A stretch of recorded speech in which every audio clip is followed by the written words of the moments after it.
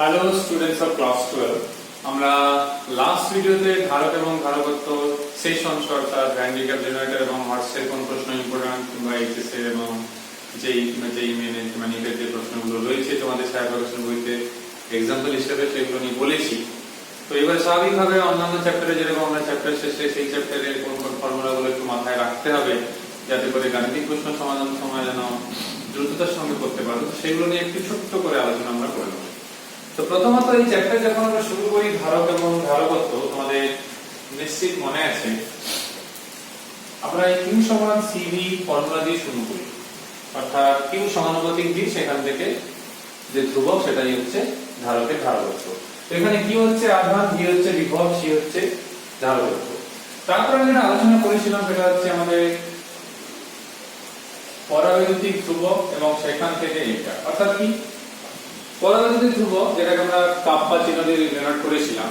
তো সেই মাধ্যমে তড়িৎ ভেদ্যতা বাই শূন্য মাধ্যমে তড়িৎ ভেদ্যতা, সেটাকে যদি আমরা ধারকত্ব দিয়ে বোঝাই তাহলে আমরা বলতে পারবো যে কোন একটা মাধ্যম ধারকের মধ্যে মাধ্যম হয়তো সাপোজ কাঁচ, তখন ধারকত্ব যদি সি হয় তাহলে বায়ু থাকার সময় সি জিরো। এই অনুপাতটা নিলেও কিন্তু পরাবৈদ্যুতিক ধ্রুবক পাওয়া যায়। তো এখান থেকে এক্সিকিউট করতে কিন্তু আমাদের হেল্প হয়। এই তিনটের মধ্যে দুটো ভ্যালু থাকবে, একটা থাকবে না। নেক্সট হচ্ছে আমরা যখন একটা গোলীয় পরিবাহী সিজিএস এ যদি আমরা তার ধারকত্ব বের করি, তো তখন যেটা আমরা লক্ষ্য করে দেখেছি সেটা হচ্ছে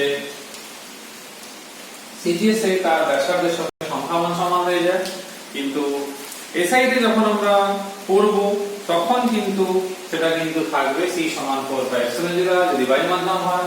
যদি এটা না হয়, নরমাল কোনো মাধ্যম হয়, তখন কিন্তু আমাদের এইটা থাকবে। এবারে প্রসঙ্গ আসি, যদি গোলীয় পরিবাহী যদি বিভব হয় তো তার আধান যদি ক্যাপিটাল কিউ হয় তাহলে 4/ε0 এরকম আর হবে, কিংবা ε0 এর জায়গায় এরকম k/ε0 লিখতে হতে পারে যদি মাধ্যম বায়ু মাধ্যম না হয়। তো এটা একটু মাথায় রাখতে হবে। এছাড়া যে ফর্মুলাটা আমাদের জন্য এই চ্যাপ্টারে খুব গুরুত্বপূর্ণ সেটা হচ্ছে একটা আহিত পরিবাহী কিংবা একটা ধারকের ক্ষেত্রে যে সঞ্চিত শক্তি সেটা হচ্ছে হাফ সিভি স্কয়ার, এবং এই ফর্মুলাতে বিভিন্ন ভাবে লেখা যায়। কারণ এটাকে ইউজ করে যেরকম এটা মানেই কিন্তু এইটা, ঠিক আছে, আজই এটাও লেখা যেতে পারে।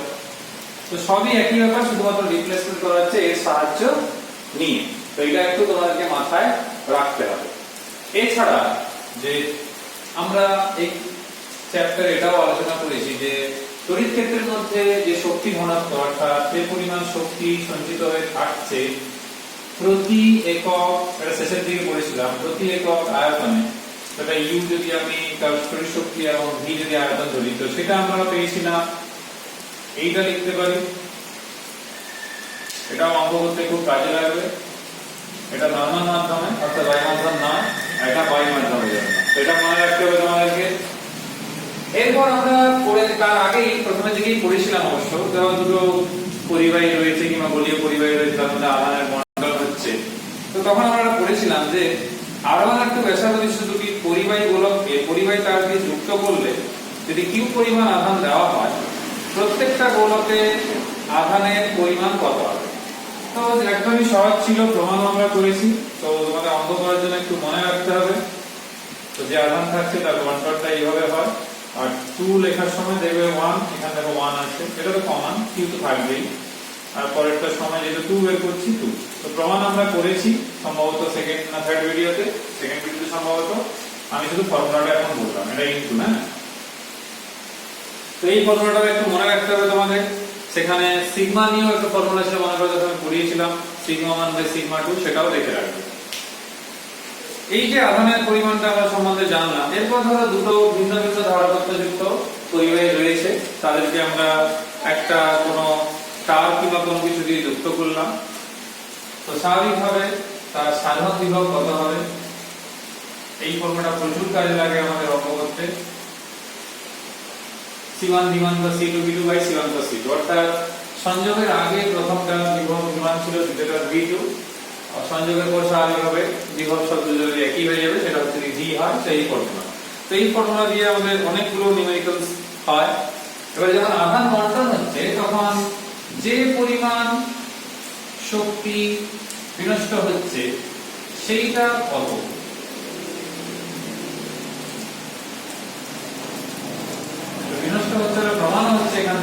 পজিটিভ কোয়ান্টিটি হচ্ছে। তো এই যে ফর্মুলা, এই ফর্মুলাটাও কিন্তু আমাদের খুব কাজে লাগে। যেহেতু এটা ডেল্টা ইটা গ্রেটার দেন 0, সেই জন্য শক্তি কিন্তু অপচয় কিন্তু হচ্ছে, অর্থাৎ আধান বন্টনের দরুন শক্তি ক্ষয় হয়। তো শক্তি ক্ষয় যে অঙ্ক, সেখানে কিন্তু এই ফর্মুলাটা আমরা ইউজ করি। এছাড়া সমান্তরাল পাত ধারকের জন্য আমরা প্রমাণ করেছি,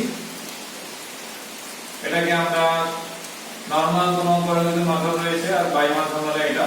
তো ক্ষেত্রফলের সঙ্গে সমানুপাতিক এবং বেদ কিংবা তাদের মধ্যে যে বেদ বলাটা ভুল হবে, তো সমান্তরাল ধারক যদি ধরি আমি এরকম, তো তাদের মধ্যবর্তী যে ডিসটেন্স অর্থাৎ দূরত্ব, তো সেই পাতের মধ্যে দূরত্বের সঙ্গে ব্যস্তানুপাতিক। তো এই ফর্মুলাটা গুরুত্বপূর্ণ।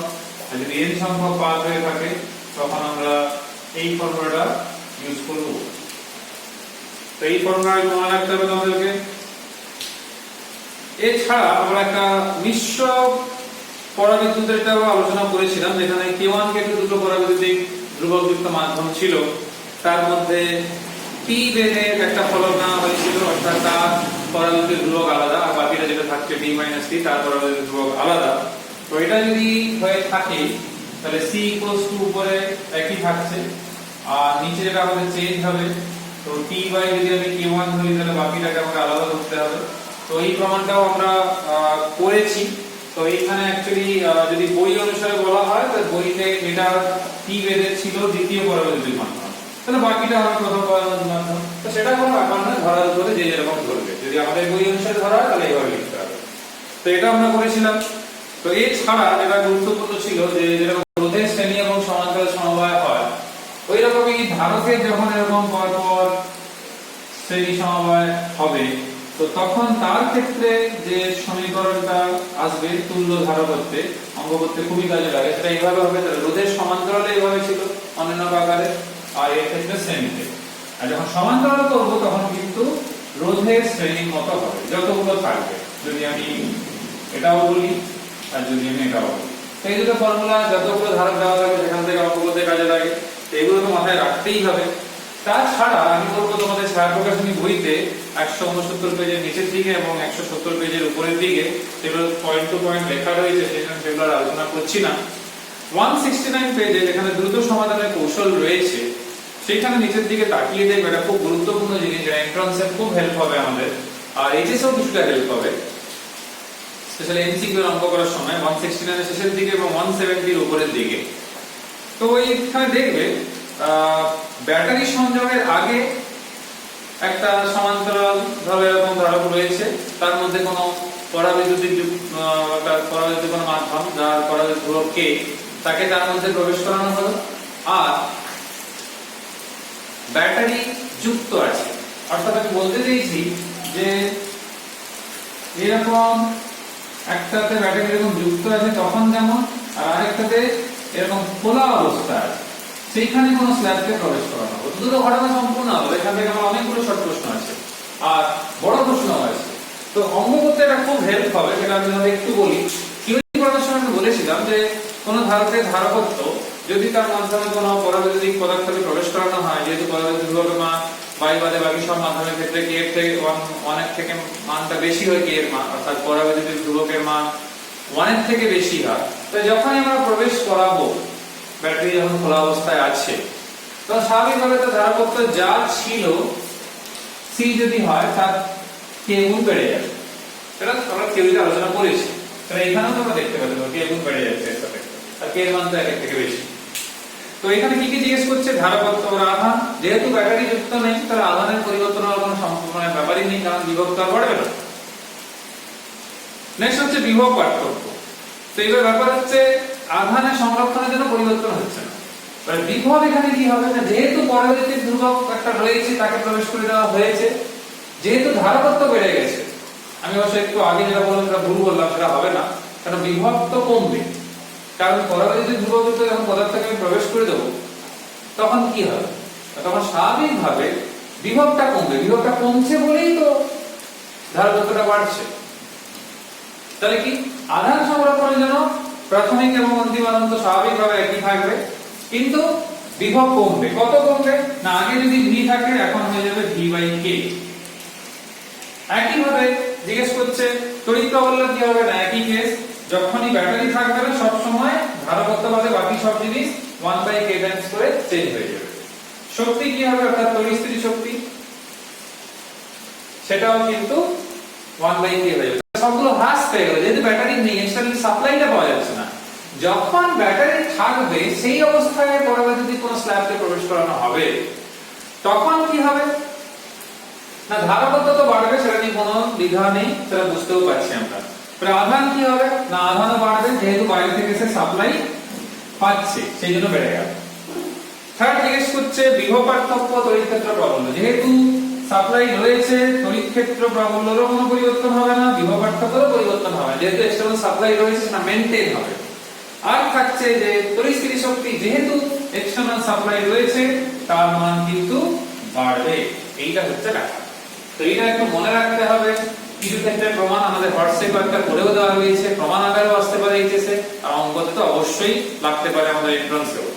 আরেকটা জিনিস তোমাদেরকে দেখতে বলবো, 170 পেজে, আমি অবশ্য এমসিকিউ পড়ানোর সময় এমনিও পড়াবো এমসিকিউ আর অঙ্কতে, 170 পেজে স্টার্টিং পার্টে দেখবে, ওটা আমাদের এইচএসে লাগবে। পরে যে বর্তনীগুলো রয়েছে সেগুলো আমাদের এইচএসে তো লাগার সম্ভাবনা একটু কম, এন্ট্রান্সে লাগবে।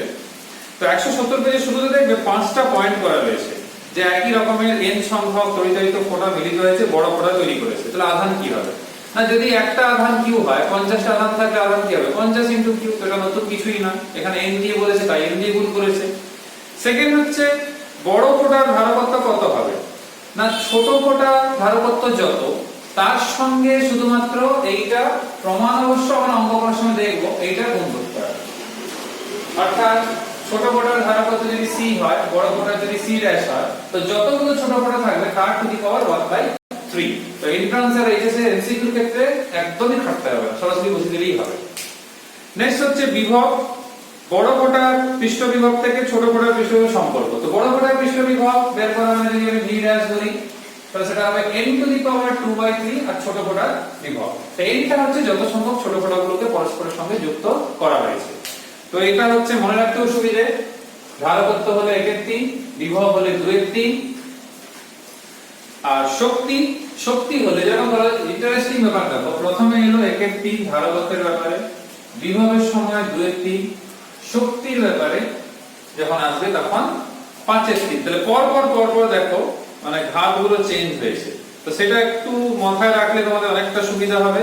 আর যদি বলে আধানের তলমাত্রিক ঘনত্ব অর্থাৎ সিগমা, তখন সেই টু দি পাওয়ার 1/3 হবে, বাকি তো সেমই থাকছে। অর্থাৎ এদিকে বড় ফোঁটার একটা ভৌত রাশি থাকবে, এদিকে ছোট ফোঁটার ভৌত রাশি থাকবে। তো তোমাদের বইতে রয়েছে, লিখেও দেওয়া রয়েছে, এটা একটু মনে রাখতে পারলে তোমাদের কিন্তু অনেকগুলো এমসিকিউ তে বিরাট লাভবান তোমরা হবে, পরিশ্রম না করে। এমনি পদ্ধতিগতভাবে করা যাবে, সেটা তো আমরা এমনিও পড়বো, আমাদের আলোচনাতে রয়েছে এরকম প্রশ্ন, সেট ওয়ান সেট টু তে হোক কি এমসিকিউ তে হোক, সেটা আলোচনা করবো পরের ভিডিওগুলোতে, কিন্তু এখানে একটু মাথায় রাখতে হবে। তো এখানে আলোচনা শেষ করছি, মোটামুটি ফর্মুলাগুলো বললাম, তারপর তোমরা তো পুরো বইটা এমনিও পড়ছো, আলোচনা হয়েছে প্রত্যেকটা ভিডিওতে, সেগুলো একটু মাথায় রাখবে। এটা জাস্ট তোমাদের একটু র‍্যাপ আপ করার জন্য, অর্থাৎ জাস্ট একটু মনে করে দেওয়ার জন্য যে কি কি পড়েছি।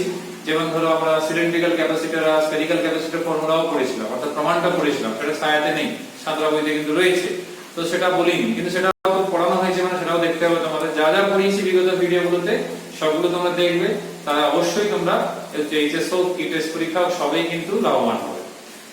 তো এখানে আলোচনা শেষ করছি, এরপরে তো এমসিকিউ, কিন্তু এই চ্যাপ্টারে কিছু এমসিকিউ করে দেওয়া সত্ত্বেও অনেকগুলো এমসিকিউ রয়েছে, এক্সেসে 53টা রয়েছে, তার মধ্যে কিছু করে দিয়েছে বইতে, তো তবুও আমাদের 3টে ভিডিও লেগে যাবে আশা করি।